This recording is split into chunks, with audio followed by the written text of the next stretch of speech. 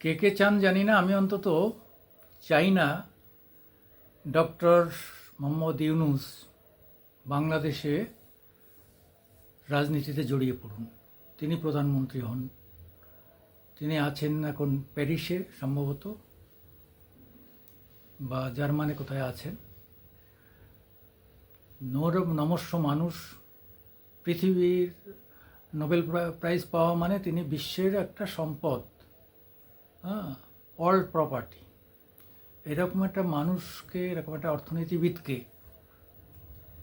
বাংলাদেশের এই যে টানাপোড়েন, এই যে নোংরা রাজনীতি, অচলাবস্থা, চীন আমেরিকার পাকিস্তানের বোড়ে হয়ে এই যে এমন একটা মানুষ রাজনীতি করবে, এটা চাই না।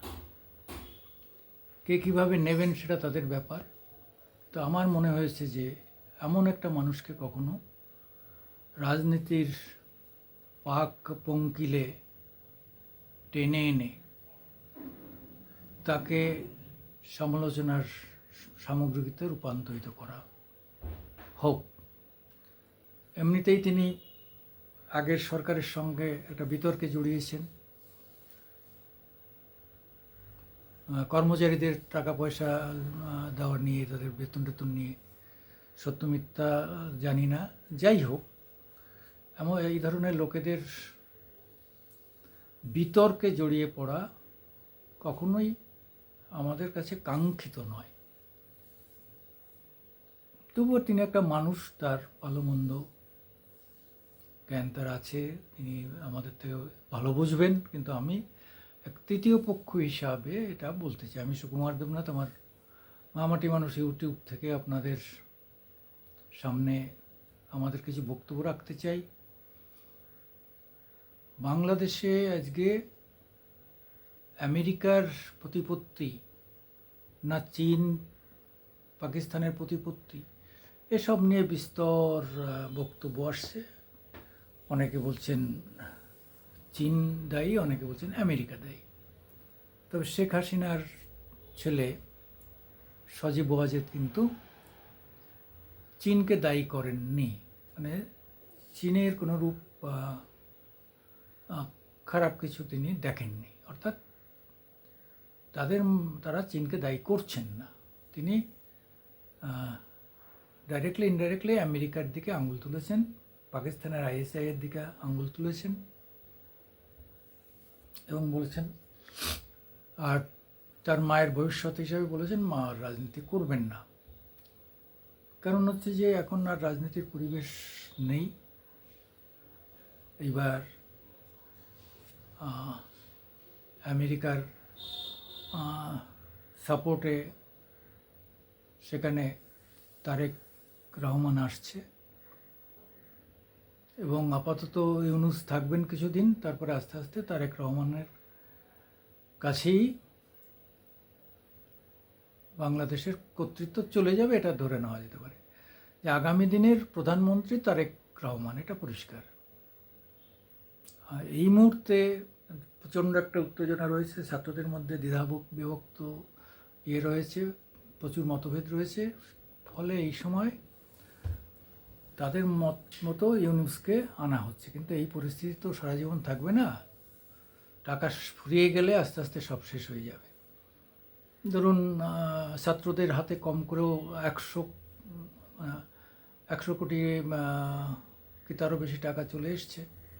তা না হলে যে ধরনের পজিশন, যে ধরনের অ্যারেঞ্জমেন্ট তারা করেছেন, 100 কোটি টাকা কম, আমার ধারণা 1000 কোটি হতে পারে। মানে এত বড়, সারা দেশে 64টা, সম্ভবত 64টা না 68টা জেলা, এতগুলো জেলাতে এত অ্যারেঞ্জমেন্ট, এত কিছু করতে গেলে 100 কোটি টাকায় হবে না, কয়েকশো কোটি টাকা চলে এসছে তাদের হাতে।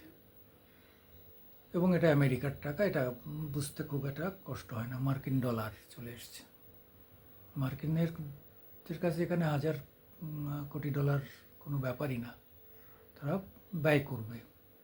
তাদের দুটো লক্ষ্য, ভারত এবং হাসিনা, অর্থাৎ হাসিনা যেহেতু ভারতের খুব কাছের প্রতিবেশী এবং হিসাবে আমাদের সম্পর্ক মধুর, সেই জায়গায় দাঁড়িয়ে তারা আমেরিকা আমাদের সঙ্গে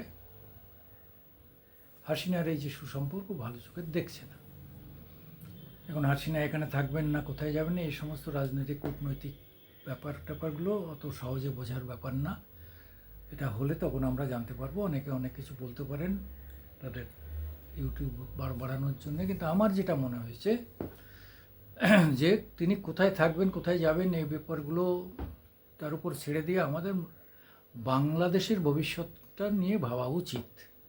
কেন, যেহেতু প্রতিবেশী, সব পাল্টানো যায়, প্রতিবেশীকে তো পাল্টানো যায় না, বদলানোও যায় না। ফলে প্রতিবেশীর ভালো মন্দ সমস্ত কিছুই খুঁটিনাটি জানা উচিত। আজকের আমার একটা ধারণা যে জেনে শুনে কি ব্যাপারটা চুপ হয়ে গেল, চুপ ছিল। কারণ হচ্ছে যে বাংলাদেশ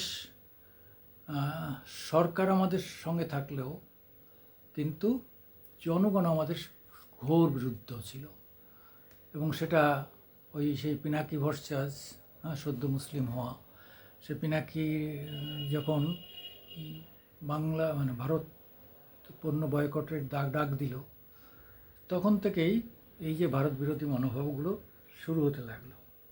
কিন্তু দেখা গেল যে মেজর মানুষ, শহরের মানুষের এটা নেয়নি, কারণ হচ্ছে জিনিসপত্রের দাম দ্বিগুণ চৌগুণ হয়ে যাচ্ছিল।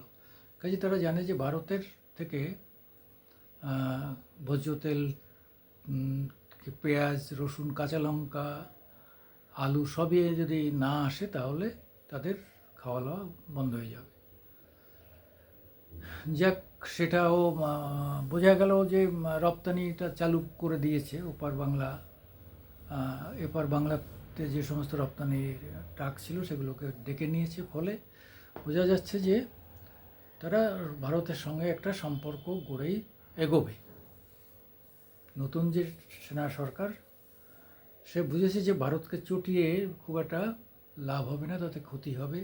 যদি জিনিসপত্রের দাম আকাশ ছোঁয়া হয়ে যায় তাহলে আবার জনগণ রাস্তায় নেমে পড়বে, আবার একটা বিশৃঙ্খল পরিবেশ তৈরি হবে। যাই হোক, আপনাদের আমি সুকুমার দেবনাথ, আপনাদের লাইক চাই, শেয়ার চাই, এবং আমাদের একটু সাবস্ক্রাইব করে দেবেন। নমস্কার।